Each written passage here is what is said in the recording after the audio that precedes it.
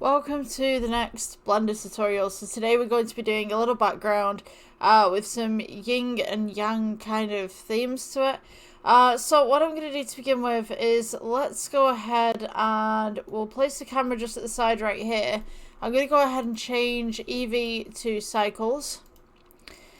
And we just want kind of like an odd kind of above angle for this one. I'm going to go ahead and delete the default cube as well, and then I will add in, let's go with the plane. S for scale, bring this up. And then we'll go ahead with view and align view, align camera to view. Now at this point you're going to need to type in the size of your backdrop. So if you've got a computer, maybe like an HD or maybe like a 4K or something like that. For me personally, I'm going to do this for a phone. So I'm going to go with output. You want to go via pixel for how big your screen is.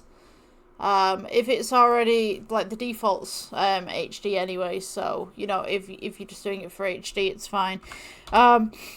So this would be my phone screen size. I'm going to go ahead with G and just move the plane a little bit so that this sits and fits roughly in the middle. So I can go with S for scale and go ahead and mosey that on over, because I'm going to need to be able to see what I'm doing here.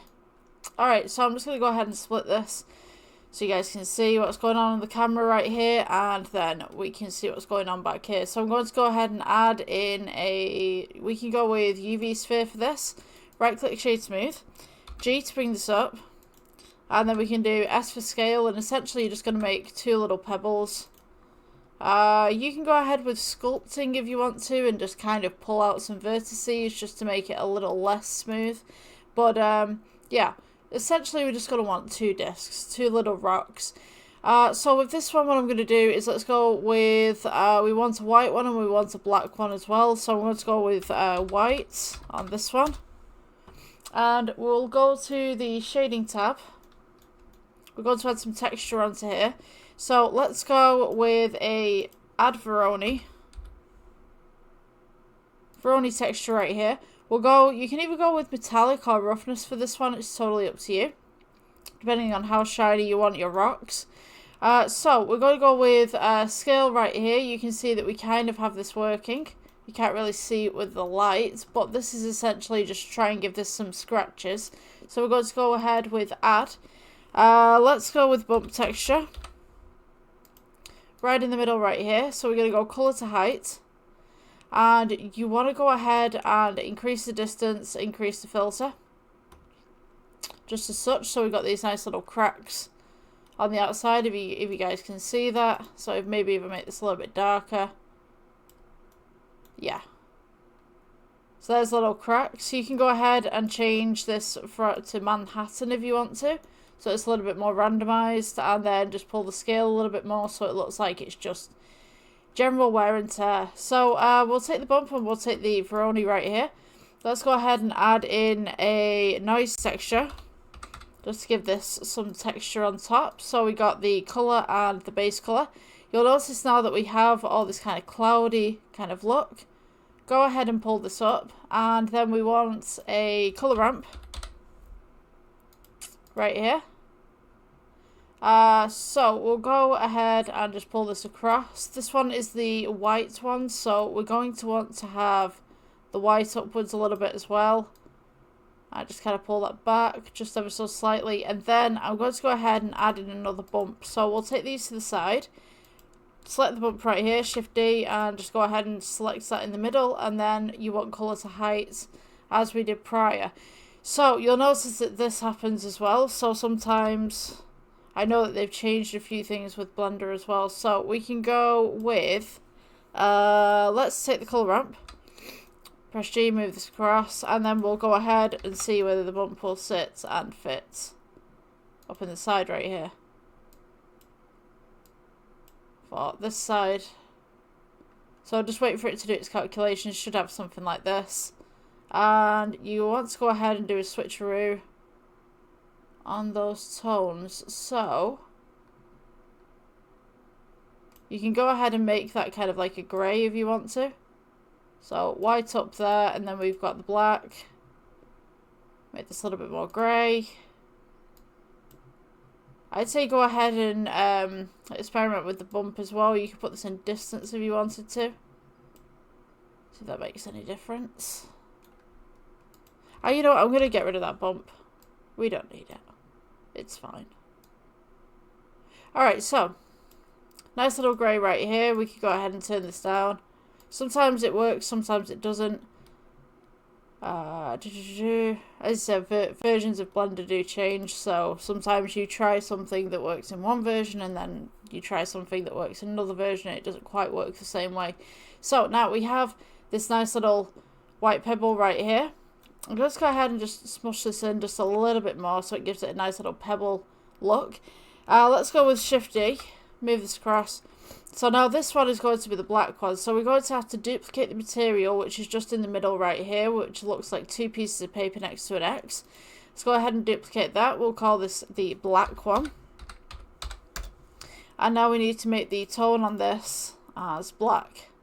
So let's go ahead and move that down. You can go ahead and amend the Veroni if you want to. So if the strength is just a little bit too much on the black right there, you can go ahead and pull that back. So you've got that variance with the strength on the bump as such. Alright, so I think this is a little bit too shiny. So if you want to, you can go ahead and move that into metallic. And then just kind of adjust as needed. And then move your distance and move your filter. The strength kind of moving up on there would kind of work as well. Alright, so once we've got this, let's go to layout. We need to place these stones roughly equidistant from one another as such. And what I'm going to do is let's move this one down to here. And let's move this one up to here. It's got a nice little yin and yang kind of thing going on. I may move my camera backwards just a little bit because I think those pebbles are a little bit too big, but that's fine.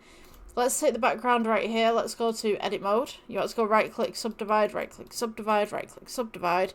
A bunch of times, as much as your computer can handle. Sometimes computers can't handle huge subdivisions, but that's fine. Let's go to sculpt mode. And essentially we're going to be making a nice little S around the outside. So I think there used to be a tool where you could just do like a drag. Let's go with, I think what I'm going to go with, let's go with blob to begin with. Essentially you just want to make kind of like an S around this. Let's go 7-7. So almost like it's been dragged through the sand, or you've had something dragged through the sand. Just go ahead and make these nice little lines coming around.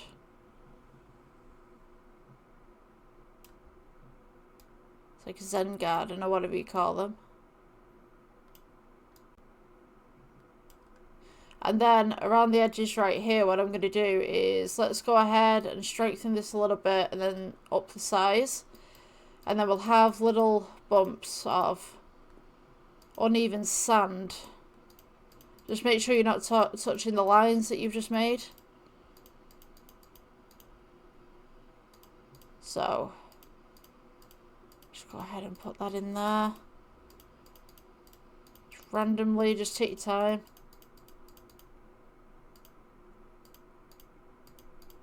So it looks like it's just been kind of drawn. So we're just coming over and done this. Alright, so once we have something akin to this, and don't forget the back as well.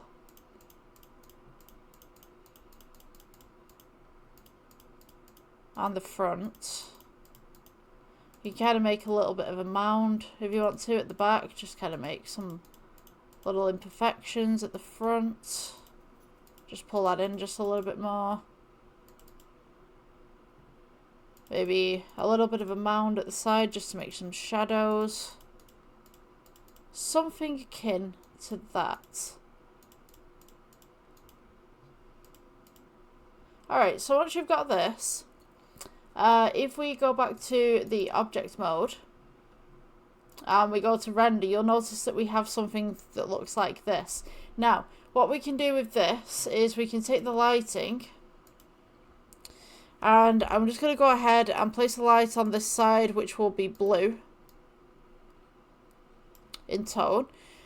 So we have something like this. You can pull that exposure up a little bit. And then I'm going to go ahead and let's go Shift D, move this to the opposing side, or the diagonal even. So when this decides to move, there we go. Okay, so we have this nice little blue and blue. I'm going to change this one to red, just to kind of contrast that a little bit. Now you'll notice that the sand doesn't look very good at the moment. So what I'm going to do is click that little plane right there. Come on. Let's go with Shade Smooth. And then we'll go ahead into the shading tab again. And we're just going to make a sand effect. So let's go with New. We need the noise texture into the roughness. And what you're going to want to do is scale this up to the point where you've got this nice little sand coming through. So now you can't really see what's going on, but you can kind of see the textures there coming through. So you need a bump texture, so let's go ahead with bump. In the middle. Colour to height. Go ahead with your distance, pull that up. Go ahead with your filter, pull that up. Now you might need to change this to the metallic if it's too shiny. So if we put this in the metallic, you'll notice you get this kind of pattern, which is kind of like running across the top, stuff like that. So if we pull the scale upwards just a little bit more, so we've got that nice little grained sand. That's beautiful. Alright, so the next thing that we need to do, essentially, is let's go ahead and make this a texture colour. So we're going to go with Shift D, bring this up. Your noise texture into your base colour, add in your colour ramp. Right here. You're going to go plus, and we're going to add in kind of like a nice little sand kind of texture, tone. Maybe just have some dark tones in there as well. Just move that across. Now sand isn't generally shiny, so you want to just go ahead and pull that roughness up too.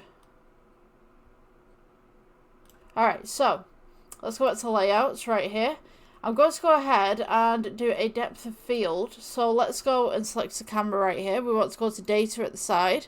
And we want the depth of field, the dropper coming in. Select your first pebble at the bottom, which should be the white pebble.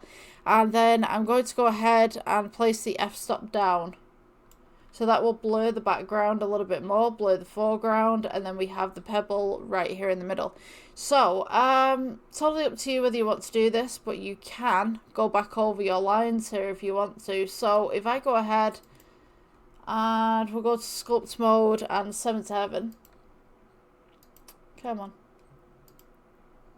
Okay, sculpt mode right there. Let's go 7 to heaven. Okay, so with these lines, size down, strength down a little bit more.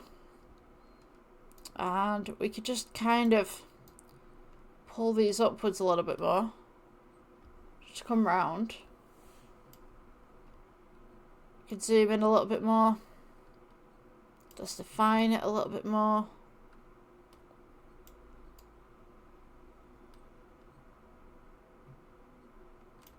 So it might take you a while to do this, but I just want to show you that it looks a lot better if you, like, you know, you go back over certain things as well.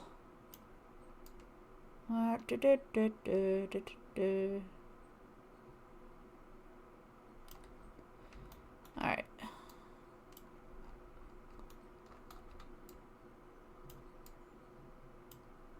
Okay, so, yeah. I think that's about it, really. So, rendered out. It looks like this. I mean, you could go ahead and mess around with the lighting and put different lighting in there if you wanted to. Totally up to you. You could do it in black and white if you wanted to. If you wanted it in black and white and you were rendering it, go to the output and then select under output, instead of RGBA, BW for black and white. And I think that's it. Yeah, so if you guys liked, please subscribe, and I will see you in the next one. Bye.